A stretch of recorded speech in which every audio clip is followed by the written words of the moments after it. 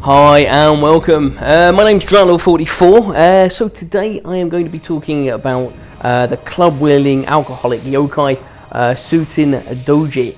Now, one of the things is, one, I'll be doing a little bit of a guide just to how to beat him. This was my first time actually fighting him, so of course, like always, the idea is to beat him as efficiently as possible. But he does drop a lot of smithing texts. Around about 8 or more, I believe. So, like anything, it is well worth farming this guy if you haven't got the texts already. He drops the Warrior of the West armor. He drops the Warrior West smithing text for the bow. He drops the Raging Bull armor set. The Shuten Doji club. There's a Rikiri or Rikari, I can't quite remember the name, but it's a sword, and there are some other pieces as well.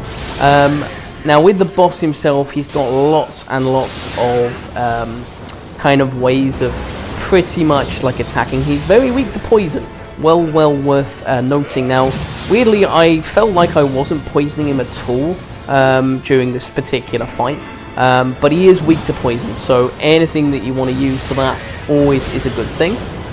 When he swings his hair around and all that, afterwards you've got like a gap to run in and do some damage, roll away, and just kind of, keep doing that over and over again. When he goes into the Dark Realm stance, again, one of the things is that he has a kind of a slow recovery thing where he just doesn't move and doesn't do anything, looks kind of drunk, and then you kind of run up and actually attack him, which is really good. But yeah, like going back to the smithing text, I actually did post a video the other day, a way that you can actually farm him for getting smithing texts, and it makes it a lot easier rather than rinsing and repeating. So I would worth advise checking out that video if you are interested in getting any of those items. I'm kind of in the process of getting to New Game Plus. New Game Plus is supposedly supposed to be more about getting better drop rates, not being confirmed how as such, but that's apparently the way. So with the boss, of course he does the big jumping thing. I would block it or I would dodge. Again, dodging him, it seems to be left or right, doesn't seem to matter too much. As long as you can kind of stay away. The fire damage, if you've got any preventative measures where you can take less fire damage, never hurts. And again, if you are farming for smithing texts, as I've done on another video, I've has many item drop rates, have your materials stacked up on your shrine, luck based as highest as you can by the T sets and any other luck stats that you can get, and just really kind of do it that way. A lot of the time, with him, it's just avoiding his fire attacks. His big slow sort of swings aren't so bad. Sometimes I found that like his fire breathing thing, you get trapped in the corner a little bit. Those ones aren't so bad. The ones he spits out, you can dodge those quite easily. And the Dark Realm, like I said, he's slow, so you can actually run up to him, do him some damage, and then back off. And it's just rinse and repeat. There are a lot quicker processes, and of course, the more powerful you get against this boss, naturally the easier it's going to be to defeat him in record quick time. I didn't feel like my damage was doing that much, considering I thought that I would, be a little bit better, but I think the game has a tendency to put the level lower. If you are above level in any way at all, then it tends to, the first time you played the boss or play this level, it tends to put the level down, which is interesting. I think it's quite a good mechanic. It means that you can't maybe like over farm and make the game too easy.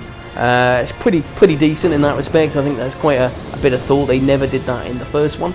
If you got overpowered, you were just done and you could 3-hit the boss and that was it.